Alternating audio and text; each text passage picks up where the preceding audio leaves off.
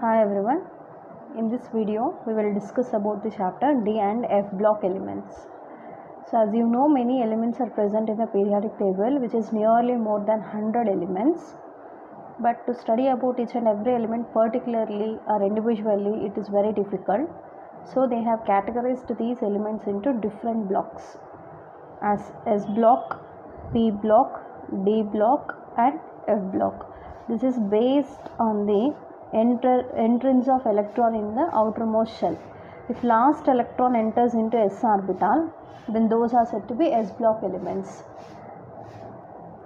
If last electron enters into P orbital, then those are said to be P block elements. If last electron enters into D orbital, then those are called as D block elements. Instead of entering the last electron in these orbitals, if it enters into F orbital, those are said to be F block elements. That means here we have to study about D and F block elements in this chapter. That means here the last electron enters either into D orbital or into F orbital, so that they are said to be D and F block elements. First we will discuss about D block elements.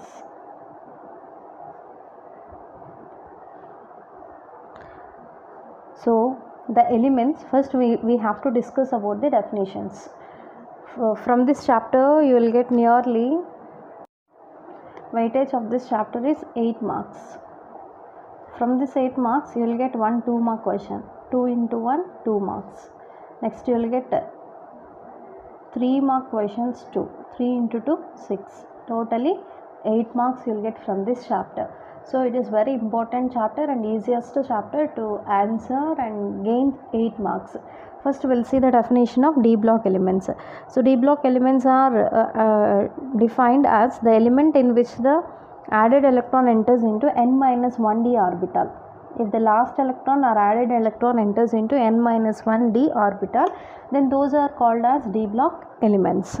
Okay, so these D block elements are also called as transition elements. Transition elements. So the elements which are having partially filled D orbitals in their atomic state or in the ionic state, then those are said to be transition elements. The elements which are containing partially filled D orbitals. Partially filled D orbitals. Those are said to be transition elements. There is no completely filled electronic configuration in D orbitals, then those are said to be transition elements. If it is completely filled, then those are said to be D block elements. That's why we can define all transition elements are D block elements, but all D block elements are not transition element. So example, we will take zinc. Zinc from scandium to zinc, whatever the 30 elements are, 10 elements are existing, all these 10 elements are called 3D series elements. In your syllabus you have to study only about the 3D series elements. So in that 3D series element, zinc is a non-transition element. Non-transition. Why it is non-transition? Because in zinc there will be a completely filled D orbital configuration, so we can call them as non-transition elements. Non-transition element. Non-transition element means there should be some partially filled D orbital.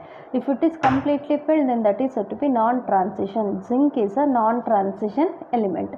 Except zinc, remaining 9 elements are said to be of 3D series are said to be transition elements. Now we will see the general configuration of these D block and transition elements. So D block elements are having the outermost configuration as noble gas configuration with n-1d 1 to 10, ns 1 to 2. So this is the outermost configuration of this D block elements. Noble gas configuration n-1d 1 to 10 and ns 1 to 2. So it is important for 1 mark. Write a general outermost configuration of D block elements. This is the outermost configuration. Next, 3D series elements. This is one of the series present in D block elements. In D block elements we can see 4 series: 3D, 4D, 5D and 6D. So among all, the first series are said to be 3D series elements.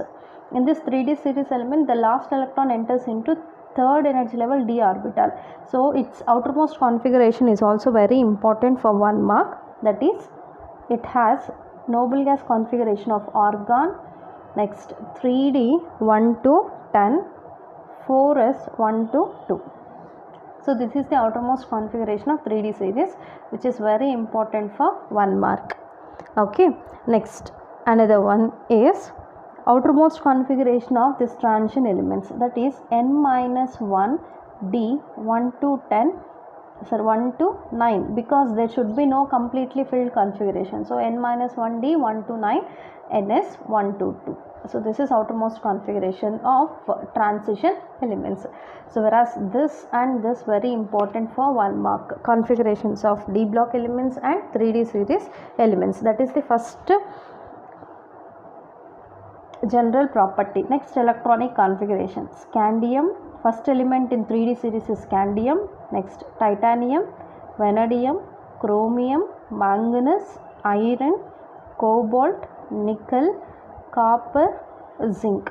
So these are the 10 elements present in 3D series. Why only 10 elements? Means because the capacity of d orbital is to fill only 10 electrons. So only 10 elements will be present in each series. Okay, we have to study. In your syllabus you have only about 3D series. We will discuss about this. So atomic number of scandium is 21 and its outermost configuration is argon, 3d1, 4s2. Next, titanium 22, argon, 3d2, 4s2. Vanadium 23, configuration argon, 3d3, 4s2. Chromium 24, configuration argon, 3d5, 4s1. So you have to remember it is exceptional configuration. So why? Because means to attain stability by half fill or completely filled configuration. If it is half filled configuration, so d orbital capacity to fill totally 10 electrons, in that half is 5. Whether the element is in half filled configuration or completely filled configuration, that is highly stable. To attain that stability, it will be in half filled configuration. By taking one of the electron from s orbitals, then it can show 3d5, 4s1. Next, manganese 25, configuration argon, 3d5, 4s2. Iron 26, configuration argon, 3d6, 4s2. Next, cobalt 27, configuration argon, 3d7, 4s2. Nickel 28, configuration argon, 3d8, 4s2. Next, copper 29, even it is exceptional configuration. Argon 3d, actually by entering next electron, here d orbital configuration changes to 3d9 and 4s2. By taking one more electron from s orbital, it can show 3d10 completely filled configuration to attain more stability. Completely filled configuration, which is highly stable. So it is also important. Next, zinc, atomic number 30, configuration argon, 3d10, sorry, here 4s1, here 4s2. So that is the outermost configurations of or valential configuration of 3D series elements. It is a non-transition element. So why zinc is non-transition element? Because of having completely filled d orbital configuration, it is a non-transition, except zinc remaining all are transition elements. So that is about the second property. Now we will see the third one, that is oxidation states. Next, oxidation state. These group elements can show oxidation state from +1 to +7. Okay, different elements can show different kinds of oxidation state. That depends upon the number of unpaired electrons present in its valence shell. So example, chromium and copper can show +1 oxidation state along with some other oxidation states. Okay, even they can also show +2, +3 and +4, +5, +6, but along with that even they can also show +1. Next, another element, zinc. Zinc is the only element which can show only one oxidation state. Usually they can show variable oxidation state. Variable in the sense that is nothing but different oxidation state. This reason is very important for 1 mark. reason for variable oxidation state, important for 1 mark. So the main reason for showing variable oxidation state is due to having very less energy gap between s orbital and n-1 d orbital. ns orbital and n-1 d orbital. Because of this reason they can show variable oxidation state. So due to having very less energy gap difference between them, they are ready to lose electron from ns orbital as well as n-1 d orbital, and they can able to show variable oxidation state. Very important for 1 mark, this reason. Now these elements can show +1 to +7 oxidation state. In that +1 oxidation state shown by chromium and copper. Among these two, they can show, copper can show +1 oxidation state frequently. This is important for 1 mark. Which element can show +1 oxidation state frequently? That is copper. Next, zinc is the only element which do not show variable oxidation state. Do not show variable oxidation state. Okay, it can able to show only one oxidation state, that is +2, either in the atomic state or in the ionic state. Next, another important element what you want to know is manganese. Manganese can show oxidation states from +2 to +7. So from +2 to +7, maximum number of oxidation states shown by manganese, and highest oxidation state is also shown by manganese. Maximum number of oxidation states shown by manganese, at the same time highest oxidation state. Highest oxidation state here is nothing but +7 from this 3D series element, that is also shown by manganese. That is a question. So which element of 3D series can show highest oxidation state? That is manganese. Which element of 3D series can show maximum number of oxidation state? Even that is manganese. Very important for 1 mark. Compulsory there will be a 1 mark question from these oxidation states. Next, another one is iron is more stable in Fe+2, which can act as reducing agent. Okay, so iron can show +2 as well as +3 oxidation state. Okay, so among these two, +3 is more stable than the +2. So then iron +2 can act as a reducing agent. In the same time, Cr+2, chromium can also exist in +2 and +3. Sometimes it can also show +1. So whereas chromium in +2 can act as a reducing agent.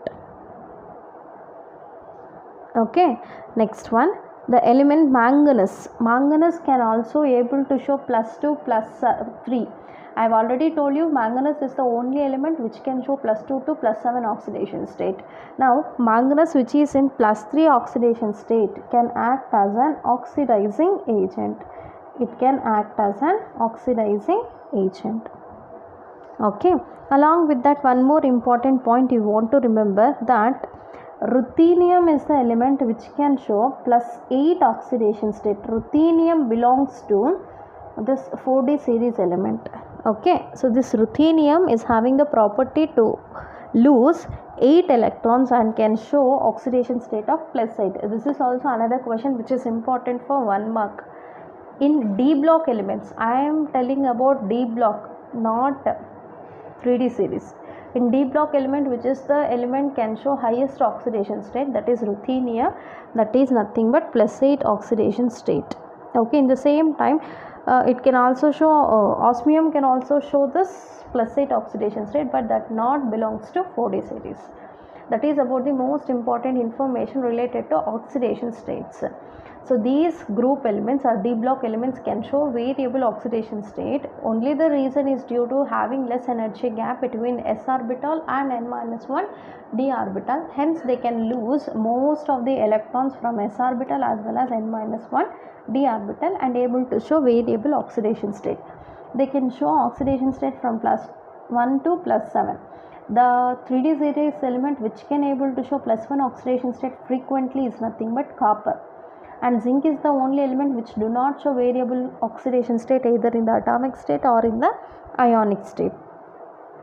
Manganese is the element which can show maximum number of oxidation state, that is from +2 to +7, and it can show highest oxidation state, that is nothing but +7.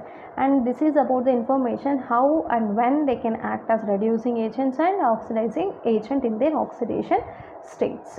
So that is another important one. Next we want to discuss about magnetic behavior.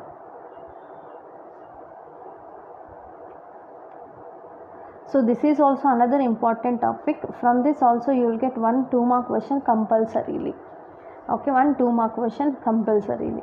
So magnetic behavior. So D block elements can act as 2 different types of magnetic behaviors. That is, first one paramagnetic substances, second one diamagnetic substances. Most of the D block elements are paramagnetic. That means they can contain unpaired electron. Unpaired electron. If there is no unpaired electron, then those type of compounds or elements are said to be diamagnetic. If there is an unpaired electron, then those are said to be paramagnetic substances or paramagnetic elements. Most of the D block elements can be containing unpaired electron either in the atomic state or in the ionic state, so we can consider them as paramagnetic. So to find out this paramagnetic momentum, we want to follow spin only formula. Spin only formula. So this is used to find out about magnetic moment.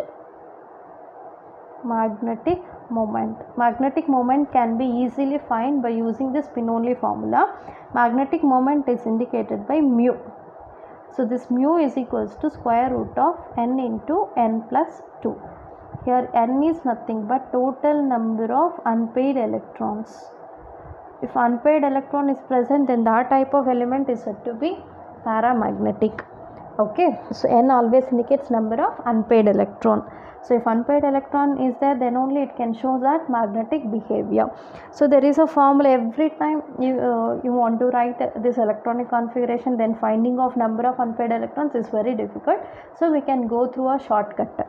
That number of unpaired electrons can be calculated by using a formula, that is number of electrons. N is equals to atomic number of element, atomic number of element minus oxidation state, oxidation state minus atomic number of organ, atomic number of organ. Actually we want to take here atomic number of noble gas. Anyhow we are studying about only D block elements, so in that the noble gas is nothing but argon. Its atomic number is 18. So by using this formula we can find out about n value. N value is nothing but number of unpaired electrons. Using this formula we can find out number of unpaired electrons. If n is less than or equals to 5, as it is we will take. If n is greater than 5, then n value again changes. N equals to 10 minus n. This you want to remember, very important. So you should not forget. So if n value is whatever the n value here you got, that is greater than 5, then use one more formula, that is n equals to 10 minus n. If it is less than or equals to 5, as it is we will take.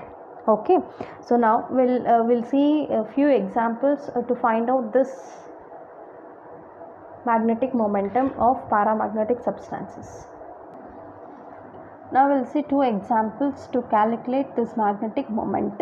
So first scandium +3. For this we want to find out magnetic moment. Formula is mu equals to square root of n into n plus 2. Okay, so this is the formula to find out. First, units are Bohr magnetons. Don't forget, units are Bohr magnetons. First you want to find out n value. N value is equals to atomic number of that element. Atomic number of scandium I already given you, that is 21. So write its atomic number 21 minus oxidation state of scandium already given, that is +3. +3 minus becomes -3 minus atomic number of argon, that is 18. Now 21 minus 3 is nothing but 18. 18 minus 18 is 0. So n value is 0. If n value is 0, then that is not a paramagnetic, it is a diamagnetic. So absence of unpaired electron, there is no unpaired electron, so it is diamagnetic in nature. Now for copper we will find out n values. First write the formula to find out magnetic momentum. Magnetic momentum is indicated by mu. So this mu is equals to square root of n into n plus 2. First n value you have to find out. N equals to atomic number of copper. Copper atomic number is 29. Oxidation state is plus 2. Write it as minus 2. Minus atomic number of argon, that is 18. So 29 minus 2 is 27. 27 minus 18. 27 minus 18 is 9. So then n equals to 9. If n is greater than 9, so n is greater than 5, then use another formula. N equals to 10 minus n. So we want to apply this formula here. N equals to 10 minus n. So n, what is n value? We got n, 9. In place of n, write that n, 9.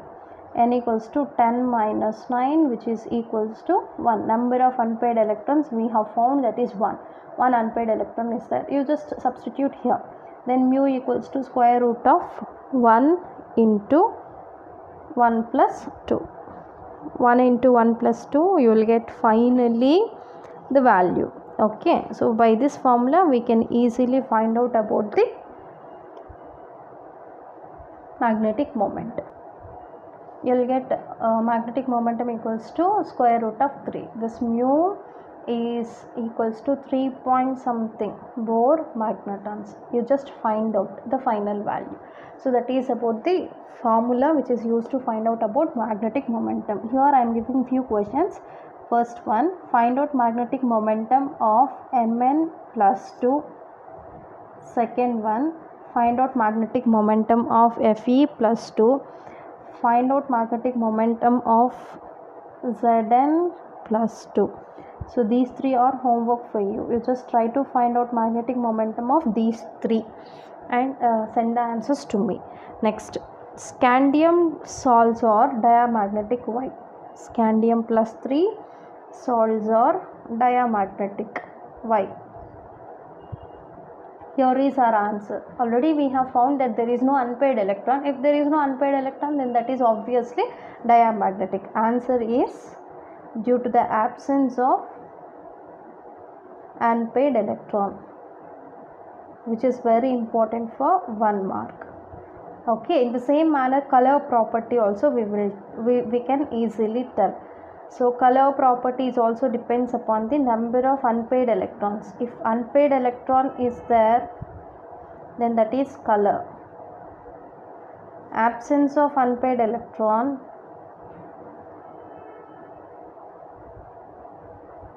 which leads to colorless. If there is no unpaired electron, that is colorless. If there is unpaired electron, at least one is there, then that can undergo excitation and de-excitation, can show color property. Zn plus 2 is always colorless due to absence of unpaired electron. So very important for 1 mark. Sc plus 3 also colorless. This is also due to the same reason. Okay, like this there is a question to ask about the color property for 1 mark. Very important. Next we will see another properties.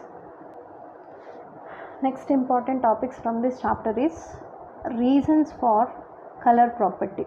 So just now I have told you that due to the presence of unpaired electron and due to DD transition. Next, reasons for forming complex compounds. So complex compounds are nothing but coordination compounds. The first reason is due to having smaller size. Next, larger ionic charges. And the next one is that due to the availability of d orbital, vacant d orbital.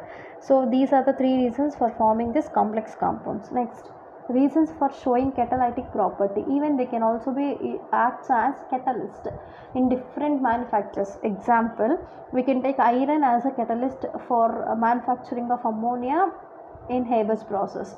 In the same manner, when vanadium pentoxide, nickel, platinum, all other elements can be used as a catalytic property. The reason is due to showing variable oxidation state, due to having large surface area, and due to the presence of incompletely filled d orbitals, and for the formation of intermediate complexes. Among 4 reasons, write any 3 for 3 marks. Next, what are interstitial compounds? Important for 2 marks. Next, properties of alloys, important for 2 marks. Whereas these 3 are important for 3 marks. Write any 3 reasons. Very, very, very important for 3 mark question. Okay, that is about the D block elements. Now we'll discuss about the F block elements.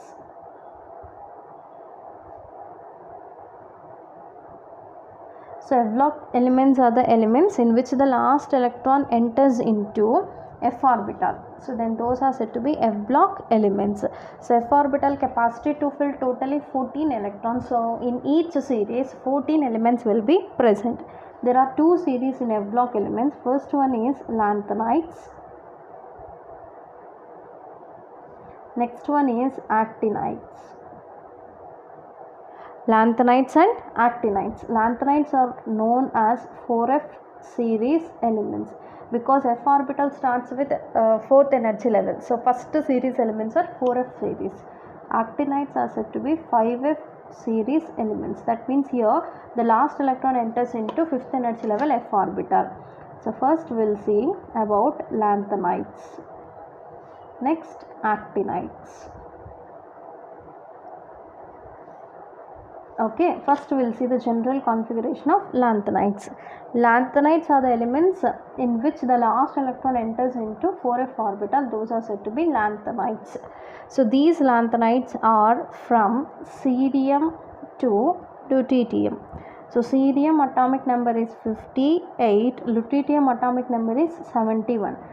Between these, whatever the elements are present, they have the last electron in 4f orbital, so they are said to be lanthanides. And general electronic configuration, so noble gas configuration, that is xenon, it can show 4f, 1 to 14, 5d, 0 to 1. They may contain 1 electron and there is no electron in 5d series, and 6s2. This is the outermost configuration for lanthanides.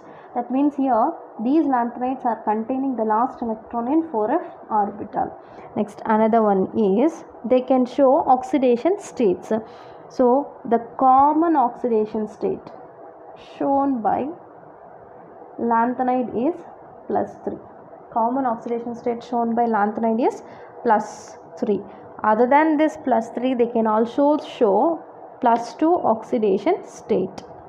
Okay, they can also able to show +2 oxidation state. So these lanthanides are silvery white metals. Silvery white metals. Hardness increases with increase in the atomic number. They are the good conductors of heat and electricity. It conducts heat and electricity. So this is due to the presence of unpaired electrons. Okay, so except lanthanides except lanthanum in +3 and cerium in +4, other elements are paramagnetic. Most of the elements are paramagnetic in nature. Most of the elements are paramagnetic in nature. So that is about the lanthanides. Now we will discuss about the actinides. Actinides are also the elements in which the last electron enters into 5f orbital. So these elements are ranging between thorium to lawrencium. Thorium to lawrencium.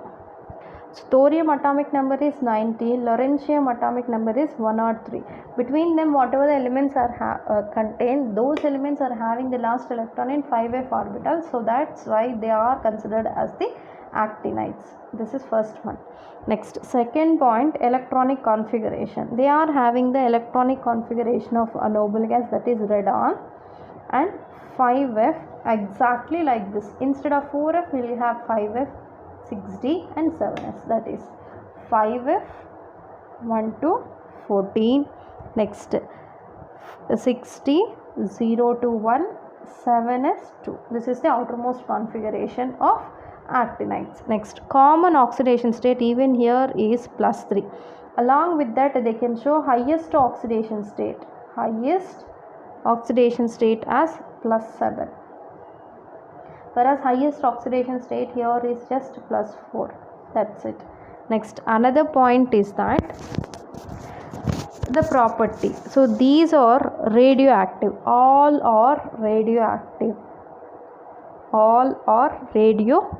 in nature, and they are highly reactive in nature and paramagnetic in nature. Even they can also conduct heat and electricity.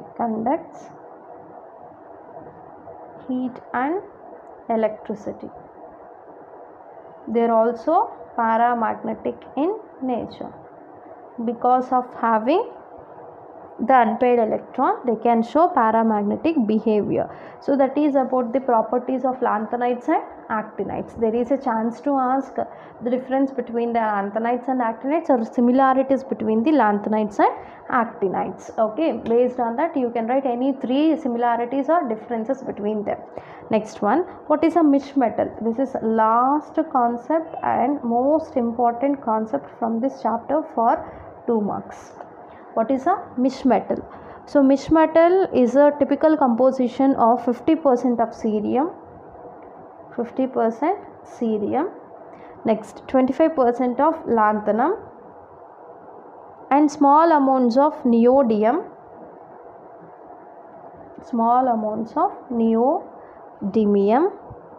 and praseodymium is called mish metal. So it is a composition of 50% of cerium and 25% of lanthanum and small amounts of neodymium and praseodymium is called mish metal. Very important for 2 marks. Okay, that is about the chapter D and F block elements. In this chapter you want to concentrate mainly about the reasons of these 3 and what are interstitial compounds and properties of the alloy. 3 mark questions will come from D block elements only. Only 2 mark question can be asked from F block.